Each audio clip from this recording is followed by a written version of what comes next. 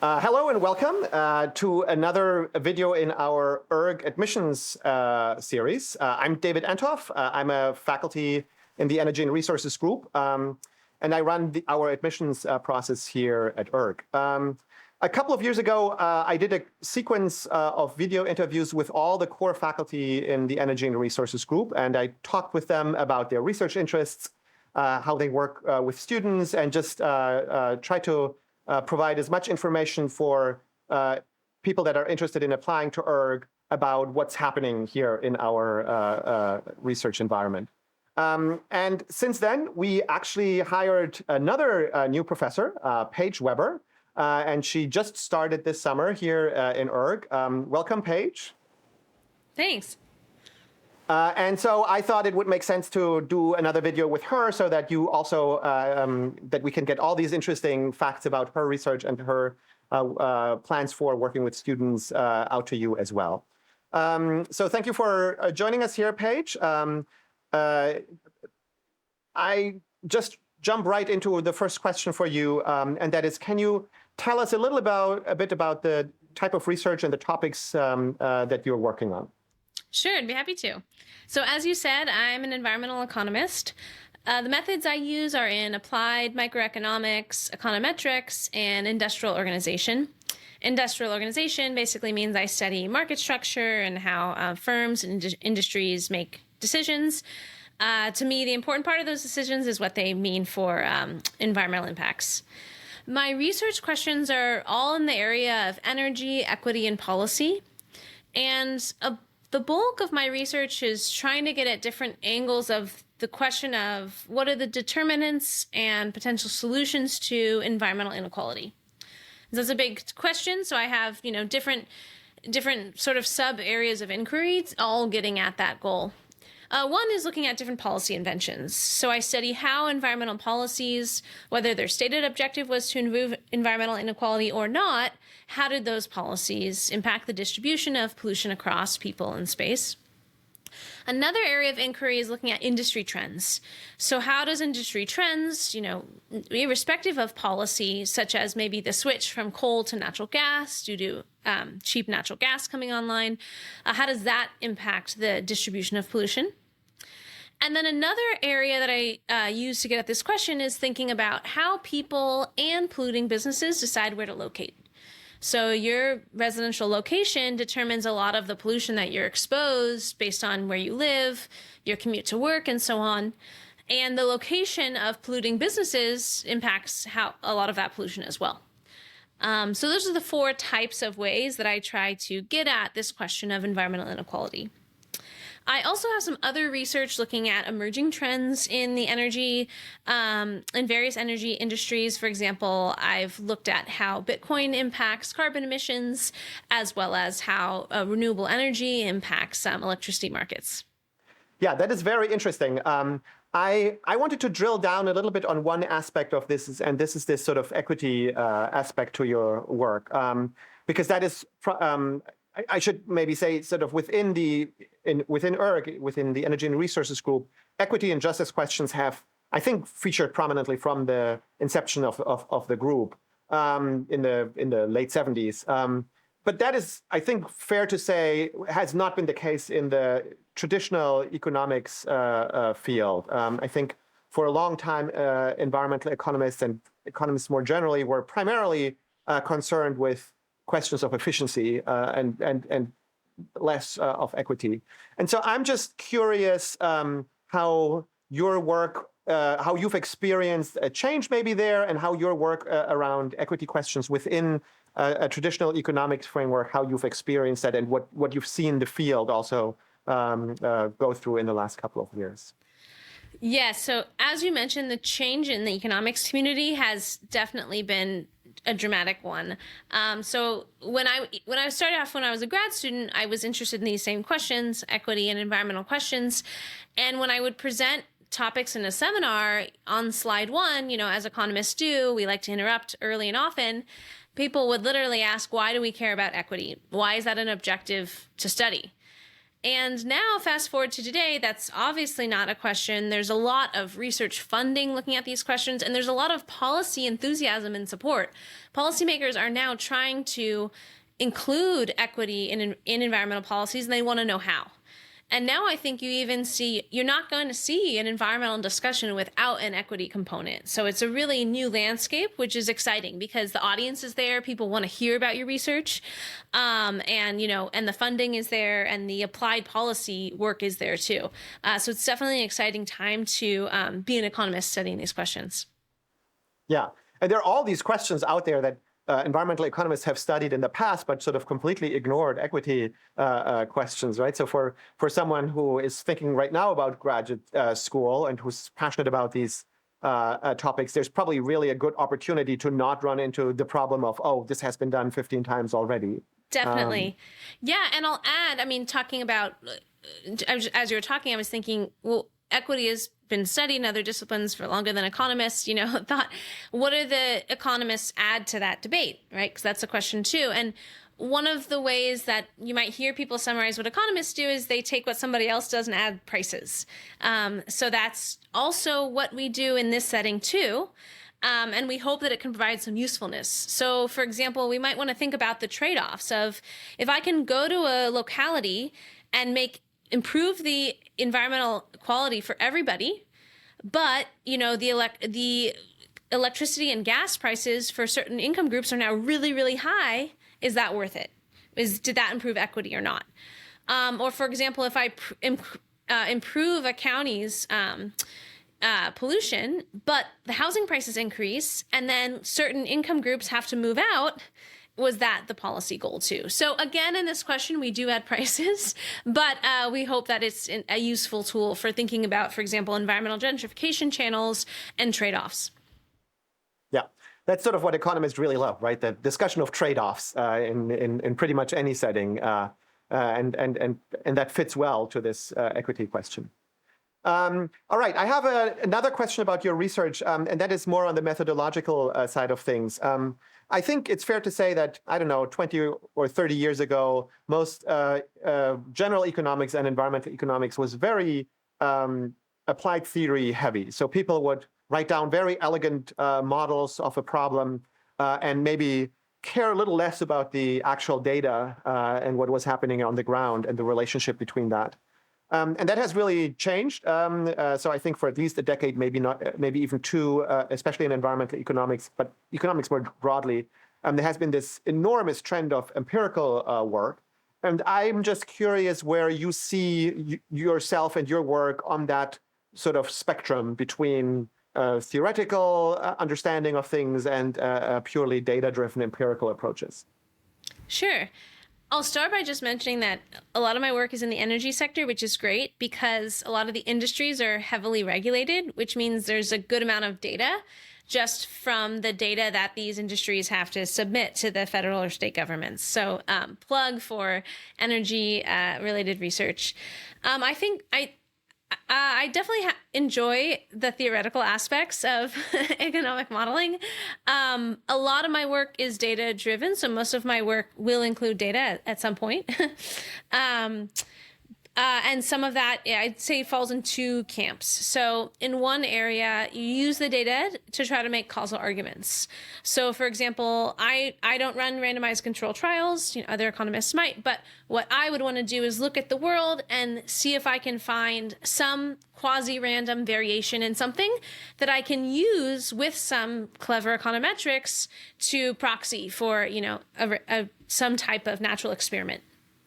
So maybe you look at quasi-random variation in weather or geography or, some industry trend that allows you to make some type of causal inference argument. And so that's one area of methodological tools. Another is more, you might call it structural modeling, where you sit down and explicitly write down the model for a certain type of decision. So for example, maybe you want to write down the model for how a firm decides where to locate, or how a firm decides whether they should invest in a new turbine or not. And in that piece, you're not just sort of looking to make a causal argument, but you're looking to actually capture with different parameters, different mechanisms of a certain economic setting. So there are two different types of modeling approaches that I use. And you use both of them, which I really think is really great. Yeah. Yeah. So I think maybe it's more common that people choose one camp or the other, but I have a mix right now, and I hope to continue with that mix. Okay. Great. That is a really fascinating breadth of topics that you're researching. I'll want to switch gear a little bit and talk about, or ask you about, how you got to the place where you are right now. So you're a professor at UC Berkeley working in this economics field. And I'm just curious about your path towards that. And that's sort of always interesting for potential applicants, especially in an interdisciplinary program, where many people might not have the straight line, knew at age 18 what they want to do 15 years later. And I'm just curious how your path played out. Yes, I definitely appreciate students that have take a wandering path and didn't know exactly what you wanted to do. So I actually did my undergrad at UC Berkeley. And when I left, go Bears. When I left that, when I left Berkeley, I knew I was really fascinated by energy and electricity in particular, but I wasn't sure how I wanted to be a part of it. And I also knew I was fascinated or wanted to be a part of the solution to inequality. So I sought a job at Pacific Gas and Electric, your friendly utility company, and I worked there for 3 years, and I had an amazing experience there. I learned a lot from the people there, and during that time, I had questions that I figured out somehow that economists had tools to answer. But I was worried, maybe some of you too, about purely doing research, because I thought maybe it would just be really lonely, and I liked the pace of industry. So I did a 2-year master's initially at Yale, and now the School of Environment. Before it was the School of Forestry and Environmental Studies, similar to the ERG program, where it was first just a 2-year master's, and I did a research project there, and I realized I really loved the research process. So I decided to stay on for the PhD, also at Yale. And then when I graduated, I did a postdoc at UCSB's MLab, which is an interdisciplinary department. And my first faculty job was at UNC Chapel Hill in the economics department. And so from there, I came here from UNC. And I think one thing that I really like about your path, and I think that is actually very typical for a lot of ERGs, is that you discovered your topics and the problems you want to study first, right? And then you said, okay, what methods are appropriate to do this? And then you found economics. And I think that is a very typical approach for a lot of people in ERG. That I think we're not a department where people care about the methods primarily first, and then try to find problems where they can apply them. I think we're really a problem-driven department. And so I think that fits really well into that. All right, so that was your academic career. I want to ask about a different aspect of your career as well, because we have a lot of students in ERG, and I should say that is both true for both our master students and our PhD students, that decide that they do not want to become faculty at a university. We have a lot of people that want to go out into the world and make a difference and change how things are done. And you have, even throughout your academic career, you've always, I don't want to call them detours because they were probably very useful, but you've have a lot of experience in these other areas as well. And I was just wondering whether you can tell us a little bit about those experiences. Sure. Yeah, so as I mentioned, my first detour was to work in, the industry, but also quasi-regulated setting, working for a utility company. And that experience shapes my research questions today. I'm still fascinated by questions in the electric sector, and that, comes from that work experience, which is now, 10 years ago. I also had some experience at think tanks and NGOs. So I spent a summer at Resources for the Future, which does research, but the research is, it's in DC, and it's very rooted by the policy process there, which it's an exciting place to be. And you get to, you're at a place where the connection between the research and the policy making is a little closer than, say, a university. I worked at the World Resources Institute on some sustainable transportation initiatives in Bangalore. And while I was in grad school, I took a year off and worked for the White House's Council of Economic Advisors, which was really exciting. And again, that process, all of those experiences helped me think about, at the end of the day, I want my research to filter through policymaking. And so spending time with policymakers helps you understand, what they need, what's useful to them, and what constraints they're facing. And it also helped me understand, my career goals, the trade-offs of, being an economist working for a state or federal government versus working at a university. And I'll say, I'm excited to advise students that are interested in academia or otherwise, because probably one of the most fulfilling parts of our career is that, even if we aren't in that policy setting and feel like, maybe we get to help students who plan to go be in those settings and be, doing the policy making while we sit at the university. And write papers, yeah. Great. Okay, so I have another question for you that is a little bit more practical, and that is for students that are interested in applying to ERG and are interested in the economics space. I just wanted to ask you how you think you might work with them together, both for master and PhD students. And I should say, with the other faculty a couple years ago, I always asked how they currently do this, but given that you have just started here and have not yet started your research group here at Berkeley, this is really more a question about your plans going forward in that space. Sure. Well, I'll start off with one plan going forward is that we're going to have a shared lab, David and I. So anyone interested in doing economics at ERG will be part of a shared economics community, which I think will be great. Our research portfolios are definitely complements. So between our two portfolios combined, I think it'll be a space that's appealing to a lot of students. In terms of, advising students, I'm excited to meet future ERGs. I'm excited to work with students next year. I've talked about my topics that I've studied, but that wouldn't be a limiting factor. And I'm even, more excited to learn from you about the topic that you're interested in. For example, I'd love to learn more about water. Just starting to learn more about water. Maybe you're interested in that. And you want to use some of the methods that I've used and applied it to other industries. That would also be a great type of match. So I would say, if you're interested in the topics I'm interested in, great. But, maybe you just want to use some of those tools that I've used and learn how to apply those tools to another setting that you know a lot about from, maybe your industry experience, and I can learn from you too. So definitely it's a broad array of interests. But yeah, I think we need to align on maybe some tools that are in common or a topic that are in common, but that's a pretty big, and if you align on one of those, I think we'd be great to potential advisor relationship. Yeah. And I think this is sort of very typical for ERG also, that students pull us faculty in all sorts of directions that we don't even anticipate at a moment like this one right now. We just have all these fantastic students with all these great ideas, and it's very hard to, that's sort of what I can say from my almost 10 years here at ERG, that it's very hard to predict where that will lead you. But I think all faculty here are really open to those kinds of initiatives from students. So I'm looking forward to being on campus at Berkeley. As David said, I'm just joining and starting my research group. So I'm really looking forward to working with new PhD students at ERG. Yeah. Okay.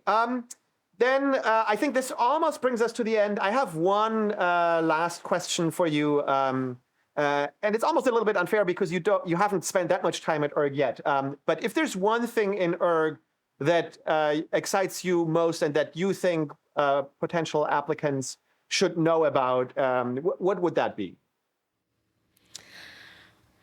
So this is from my visits through the interview process and over the fall, which is that the energy and the passion among the students is really palpable, and it just feels it's an exciting place to be. And I think if you come here, you'll see that. And it's a place where you have the sense that students are buzzing with research questions. And it's great as a faculty, right? So the students have the questions and we're just here to help them find the tools to answer them. And yeah, the energy and the passion at ERG is palpable. And hopefully you get to come and see it. Yeah. And I think I feel exactly the same way. And I think maybe I don't know whether you've noticed this already, but one thing that really differentiates ERG from a lot of other departments, and I think that leads to some of this energy, is that our students are really peers with everyone in ERG. So we are a very non-hierarchical place. Our students help us with a lot of administration of the unit, and I think it's fair to say we don't really treat them as students. We treat them as research colleagues in many situations, and that just makes for a very pleasant and high energy place to work. All right, Paige, thank you so much for this. I hope this was interesting for our viewers and that many of you apply in this cycle, and that we will then welcome some of you in the spring for our visit day here at ERG. Thanks and bye-bye.